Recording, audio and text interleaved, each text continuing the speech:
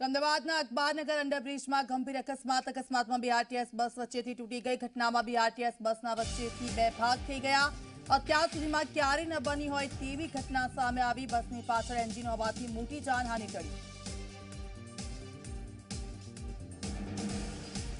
તો અકસ્માતમાં બીઆરટીએસ બસના બે ભાગ થઈ ગયા. દુર્ઘટનામાં બીઆરટીએસ બસના વચ્ચેથી બે ભાગ થઈ ગયા. બસની વચ્ચેથી બે ભાગ થઈ ગયા. અકસ્માતમાં બીઆરટીએસ બસ વચ્ચેથી તૂટી. અત્યાર સુધી ક્યારે ન બની હોય તેવી ઘટના આ બની છે. ડ્રાઈવર ઇજાગ્રસ્ત થયો, તેને હોસ્પિટલ ખાતે લઈ જવામાં આવ્યો છે. એન્જિન પાછળ હોવાથી એક મોટી જાનહાનિ ટળી છે. અમદાવાદના અખબારનગર અંડરબ્રિજમાં અકસ્માત સર્જાયો. અકસ્માતમાં બીઆરટીએસ બસના બે ભાગ થઈ ગયા અને આ દ્રશ્યો આપ જોઈ શકો છો. ખૂબ જ નવાઈ પમાડે તેવી આ ઘટના બની છે. બીઆરટીએસ બસ કે જેના બે ભાગમાં વહેંચાઈ ગઈ. અકસ્માત થતાં જ તાત્કાલિક ધોરણે મુસાફરો કે તેમને બહાર કાઢવામાં આવ્યા. મોટી દુર્ઘટના ટળી છે. ડ્રાઈવર ઇજાગ્રસ્ત થયો, તેને હોસ્પિટલ ખાતે લઈ જવામાં આવ્યો છે. આ ત્યાંના દ્રશ્યો. શું ઘટના ઘટી હતી, કઈ રીતે ઘટના ઘટી હતી, પરંતુ આવી ઘટના પહેલીવાર જોવા મળી છે. અમદાવાદના અખબારનગર અંડરબ્રિજમાં આ ગંભીર અકસ્માત સર્જાયો. અકસ્માતમાં બીઆરટીએસ બસ વચ્ચેથી તૂટી ગઈ. તો ઘટનામાં બીઆરટીએસ બસના વચ્ચેથી બે ભાગ થઈ ગયા. અત્યાર સુધી ક્યારે ન બની હોય તેવી ઘટના. ખૂબ જ નવાઈ પમાડે તેવી આ ઘટના બની છે. અને બસની શું હાલત છે આપ જોઈ શકો છો. જો મોટી દુર્ઘટના થઈ હોત તો લોકોની શું પરિસ્થિતિ થાત તે પણ આપ સમજી શકો છો. કારણ કે કેટલાક લોકો અંદર સવાર હતા. અર્પણ અમારી સાથે લાઈવ જોડાઈ ગયા છે. અર્પણ, બસના બે ભાગ થઈ ગયા, તમે ત્યાં છો, શું વિગતો હાલ ત્યાંથી મળી રહી છે?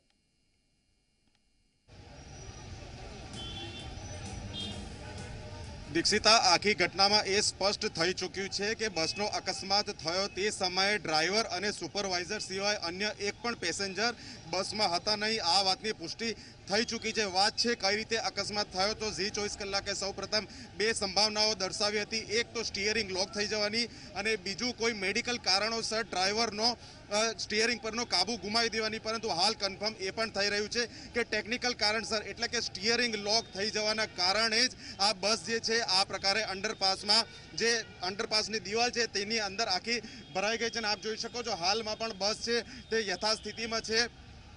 તંત્ર દ્વારા હાલમાં વિશાળ ક્રેનની વ્યવસ્થા કરવામાં આવી રહી છે અને ક્રેન અહીંયા પહોંચશે તે બાદ આ બસને અહીંયાથી કાઢવામાં સફળતા મળી શકે છે. સદનસીબે આ ઘટનામાં કોઈને પણ જાનહાનિ થઈ નથી, કારણ કે એક પણ વધારાના મુસાફર હતા નહીં. તંત્રએ પણ સ્પષ્ટ કર્યું છે કે પ્રગતિનગરથી બસ જ્યારે આરટીઓ તરફ જવા રવાના થઈ ત્યારે બસમાં એક પણ મુસાફર હતા નહીં, જેના કારણે આ અતિ ગંભીર અકસ્માતમાં મોટી જાનહાનિ ટળી શકી છે. બસના જે ચાલક છે તેમને કેટલીક ઈજાઓ પહોંચતા તેમને અસારવા સિવિલ હોસ્પિટલ ખાતે લઈ જવામાં આવ્યા છે. સાથે જ બસના જે સુપરવાઇઝર હતા અન્ય, તેઓને પણ સામાન્ય ઈજા પહોંચી છે. એટલે હાલ જે પરિસ્થિતિ છે, સમગ્ર જે ટ્રાફિક જામ હતો પોલીસ તંત્ર દ્વારા તે ક્લિયર કરાવી દેવામાં આવ્યો છે. હવે ફક્ત રાહ જોવાઈ રહી છે કે ક્રેન જ્યારે અહીંયા પહોંચશે અને તેની મદદથી આ જે ફસાયેલી બસ છે તેને બહાર કાઢવામાં આવશે. બિલકુલ અર્પણ, આ એક એવો અકસ્માત છે લોકોને વિચારતા કરી દે, નવાઈ પમાડી દે. કારણ કે અકસ્માતમાં બસના બે ભાગ થઈ ગયા છે. જો અંદર કોઈ મુસાફરો હોત તો તેમની શું હાલત થઈ હોતી, આપણી કલ્પનાની વાત છે.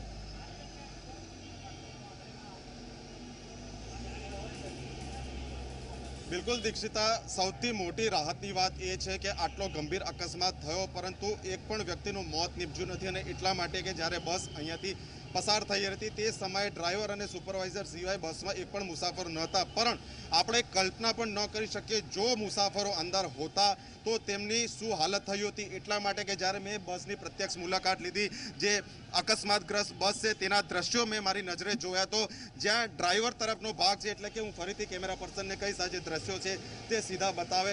આપ જોઈ શકો છો બસની શરૂઆતથી લઈને તેનો જે ઓટોમેટિક પ્રથમ દરવાજો છે ત્યાં સુધી લગભગ 10 થી 12 ફૂટ જેટલો જે ભાગ છે તે દિવાલમાં ઘૂસી ચૂક્યો છે. અને સદનસીબે ડ્રાઈવરે જ્યારે પોતાને બચાવવાનો પ્રયત્ન કર્યો તેના કારણે બસનો એકમાત્ર જે ભાગ છે તે આ તરફ અથડાયો અને બાકીનો લગભગ 90% ભાગ બસનો બીજી તરફ છે તે ડેમેજ થયો છે. પેલી બાજુ આપ જોઈ શકો છો જે ક્રેન છે તે અહીંયા આવી પહોંચી છે અને હવે ફક્ત જે બસ છે અહીંયાથી તેને ખસેડવાની કામગીરી ચાલી રહી છે. હાલ બીઆરટીએસના અધિકારીઓની સૂચક ગેરહાજરી હાલમાં સ્થળમાં જોવા મળી રહી છે. જે ખાનગી એજન્સી છે કે જેને કોન્ટ્રાક્ટ સોંપવામાં આવેલો છે તેના કર્મચારીઓ સ્થળ પર જોવા મળી રહ્યા છે, પરંતુ કોર્પોરેશનના બીઆરટીએસના એક પણ અધિકારીઓ છે તે સ્થળ પર જોવા નથી મળી રહ્યા. એટલે અત્યંત ગંભીર એવા અકસ્માતમાં રાહતની વાત સદનસીબે એક પણ વ્યક્તિનું મોત થયું નથી. તે છે આપ જોઈ શકો છો અકસ્માત સર્જાને લોકટોળા એકઠા થતા હોય છે.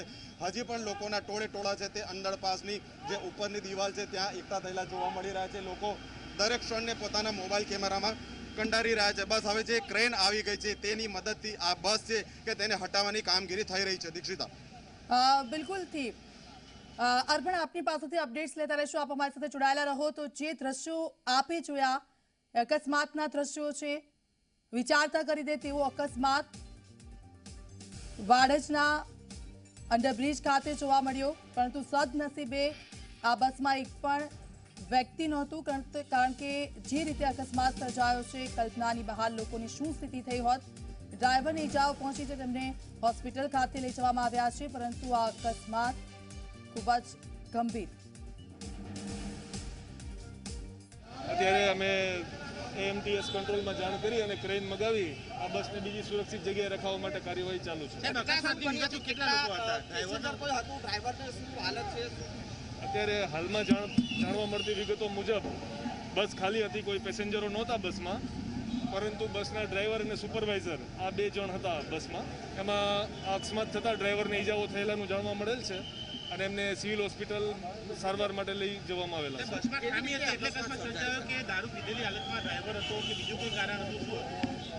હવે તો બસનું જ્યારે યાંત્રિક પરીક્ષણ થાય એ પછી આગળ તપાસમાં આ બધી વિગતો જાણવા મળશે. સુરતમાં મહાનગરપાલિકાના વાકે વાહન ચાલકોને મુશ્કેલી પડી રહી છે. ખાડાને માત્ર કાંકરાથી ભરી દેતા વાહન ચાલકોને હેરાનગતિ થઈ રહી છે. વરાછા પોલીસ સ્ટેશન પાસે આ ઘટના બની. ખાડાવાળા રસ્તા પર બેરિકેડ પણ ન કરવામાં આવ્યું. સીસીટીવીમાં મહાનગરપાલિકાની આ બેદરકારી કેદ થઈ છે. ચાલુ વાહન પરથી ઉતરીને વાહન ચાલકો પડ્યા. આ દ્રશ્યો આપ જોઈ શકો છો. વરસાદ બાદ જે રોડની પરિસ્થિતિ થઈ છે અને તેના કારણે જે રોડ રસ્તાઓ છે ત્યાં ખાડા પડેલા જોવા મળી રહ્યા છે.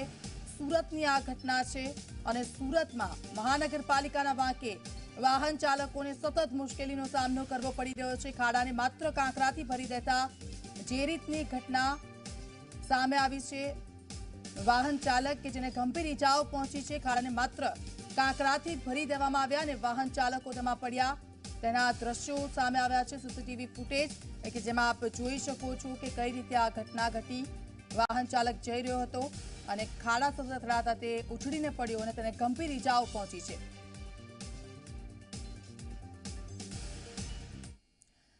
અમદાવાદ શ્રમ અને રોજગાર વિભાગે 3 કેમિકલ ફેક્ટરીને ક્લોઝર નોટિસ ફટકારી છે. વટવા જીઆઈડીસી ફેઝ 2 અને 3 યુનિટને ક્લોઝર નોટિસ ફટકારવામાં આવી.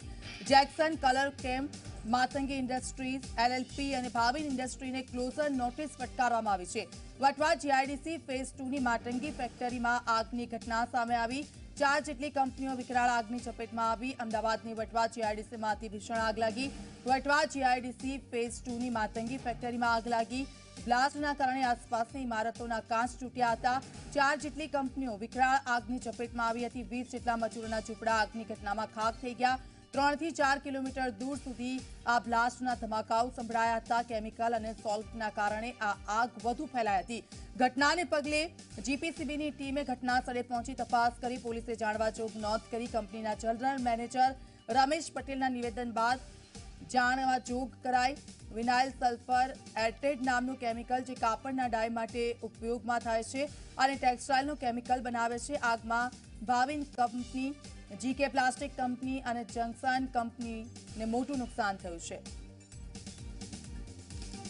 હિતલ પારેખ અમારી સાથે ફૂલ લાઈન પર જોડાઈ ગયા છે. હિતલ, જે આગના બનાવો સામે આવ્યા છે તેને લઈને શું અપડેટ્સ છે? જી, ચોક્કસ એવું કહી શકાય કે આગના બનાવો બની રહ્યા છે. એમાં ખાસ કરીને અમદાવાદ વટવામાં આગ લાગી એ મુદ્દે પર હવે શ્રમ અને રોજગાર વિભાગ કાર્યરત થયો છે. શ્રમ અને રોજગાર વિભાગના અધિક મુખ્ય સચિવ વિપુલ મિશ્રા દ્વારા 3 કેમિકલ ફેક્ટરીઓને ક્લોઝર નોટિસ મોકલવામાં આવી છે. વટવા જીઆઈડીસી ફેઝ 2માં આ 3 કેમિકલ યુનિટને ક્લોઝર નોટિસ ફટકારવામાં આવી છે.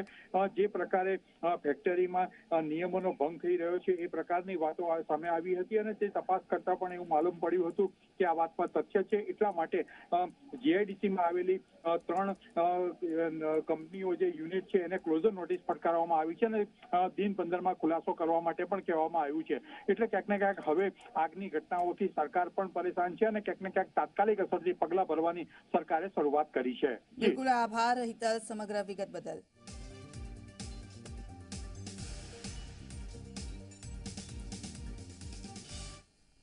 તો ઝી 24 કલાક પર સ્થાનિક સ્વરાજની ચૂંટણીની મોટી ખબર. સ્થાનિક સ્વરાજની ચૂંટણીઓ મુદ્દે સુપ્રીમ કોર્ટે ચુકાદો આપ્યો છે. ટર્મ પૂરી થાય છે ત્યારે ફેબ્રુઆરીના અંત સુધીમાં ચૂંટણી યોજાશે.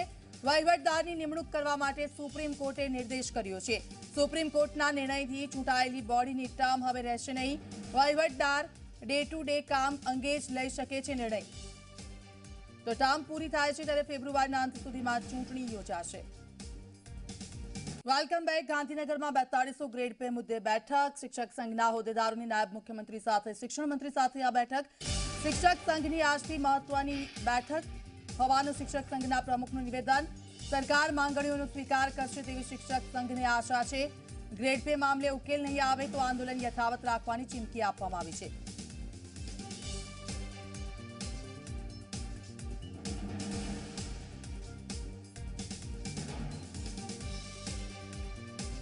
ઝી 24 કલાક સાથે શિક્ષક સંઘના પ્રમુખની ખાસ વાતચીત. પ્રાથમિક શિક્ષણ મહાસંઘના પ્રમુખની ખાસ વાત. રાષ્ટ્રીય શૈક્ષણિક પ્રાથમિક શિક્ષકના પ્રમુખની વાત. બંને પ્રાથમિક શિક્ષક સંઘનો દાવો. આજની 4200 ગ્રેડ પે મુદ્દે બેઠક મહત્વની રહેશે. આજે સરકાર મહત્વનો નિર્ણય લઈ શકે છે. નિર્ણય નહીં આવે તો શિક્ષકો આક્રમક કાર્યક્રમો આપશે.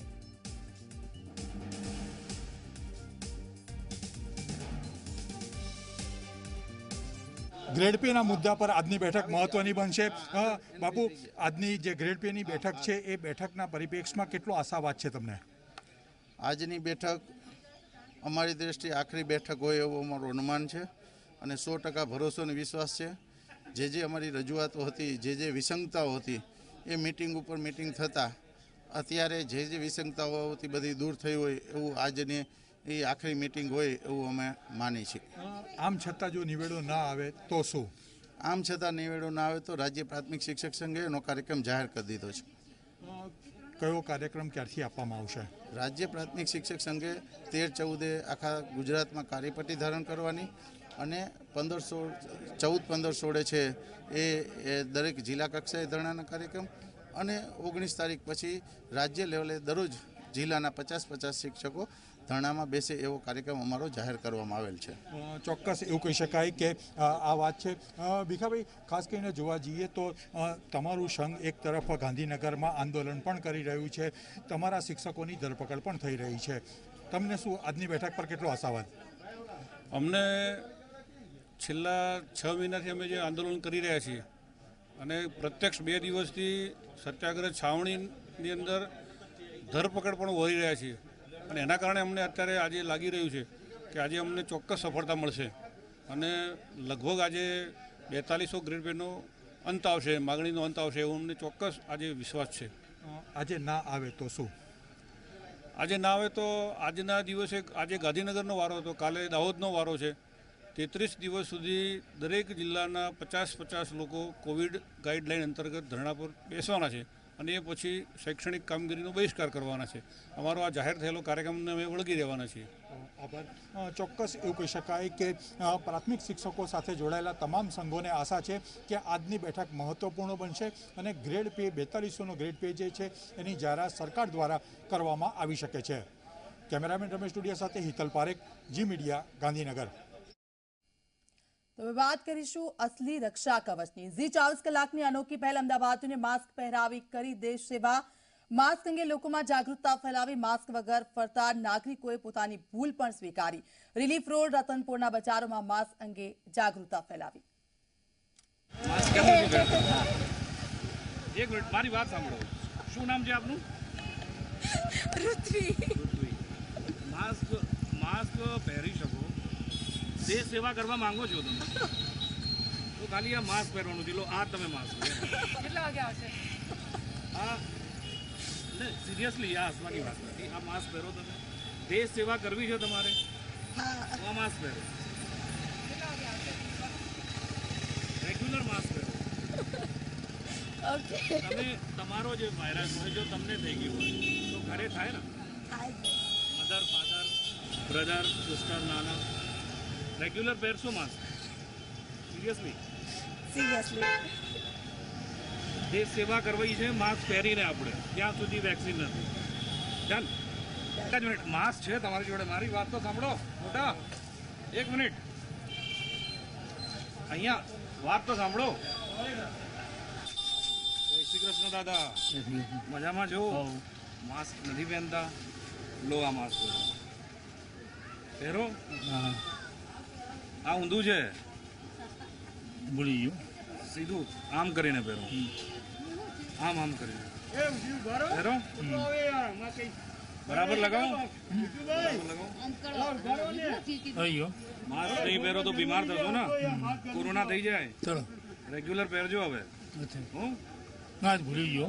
अच्छा ध्यान થી रोज પહેરજો હવે. अरे आपको खा नहीं आऊंगा. बात तो बोलो ना. बात तो सुनो. रुको 1 मिनट रुको तो सही. रुको. मास्क नहीं है ये. मास्क लो, आपको मास्क देने आया हूँ मैं. रुको. इसको पहनो मास्क को भैया. अगर आप नहीं पहनोगे कोरोना हो जाएगा कि नहीं होगा? नहीं होगा. क्यों नहीं होगा? अरे ऐसे कैसे नहीं होगा? देश सेवा नहीं करेंगे आप मास्क पहन के? बिल्कुल बिल्कुल. सेना के जवान है. 1 मिनट रुकिए. 1 मिनट खाली. अभी इतना टाइम नहीं है. अरे मैं ऐसा कह रहा हूँ, सेना के जवान सरहद पे रक्षा करते हैं. बिल्कुल. हमारा काम है खाली मास्क पहन के रक्षा करना देश की. करोगे ना? बिल्कुल. अच्छा क्यों नहीं? 100%. अरे 110%. માસ્ક તો છે, રેગ્યુલર પહેરો. રેગ્યુલર આ રહ્યું. નાસ્તા પતાય એટલે. અચ્છા હા. આપણે દેશ સેવા કરવાની છે માસ્ક પહેરીને.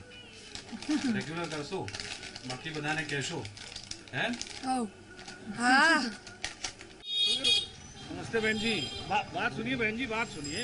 आप खड़े रहिए. सुनिए खाली सुनिए. आगे आ जाइए. ये मास्क लीजिए आप. इसको पहनिए. देश सेवा मास्क पहन के करिए.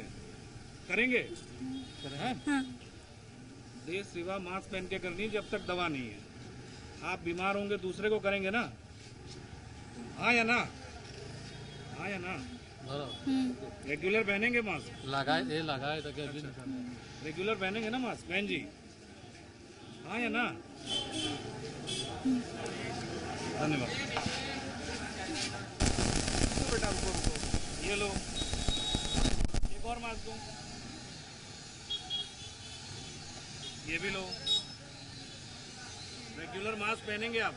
हाँ. हाँ? देश सेवा करनी है ना? हाँ. तो मास्क पहन के करो. हाँ. रोज करेंगे? हाँ. आप भी पहनेंगे रोज? हाँ. हैं? हाँ. देश सेवा करनी है ना? हाँ. तो मास्क पहन के करनी है. क्या करना है? मास्क पहन के सेवा करनी जरा है. जोर से बोलो. मास्क पहन के सेवा करनी है.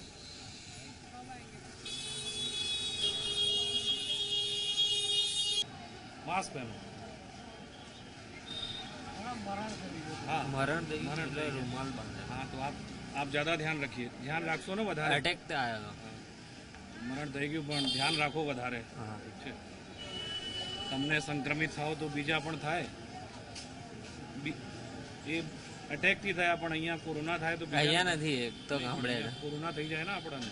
દેશ સેવા કરવાની છે. કઈ રીતે કરશો દેશ સેવા? માસ્ક પહેરી. ઓકે વાંધો નહીં. કઈ રીતે કરશો? માસ્ક પહેરી. ઓકે. દેશ સેવા માસ્ક પહેરીને કરીશ આવું બોલો. દેશ સેવા માસ્ક પહેરીને કરીશ.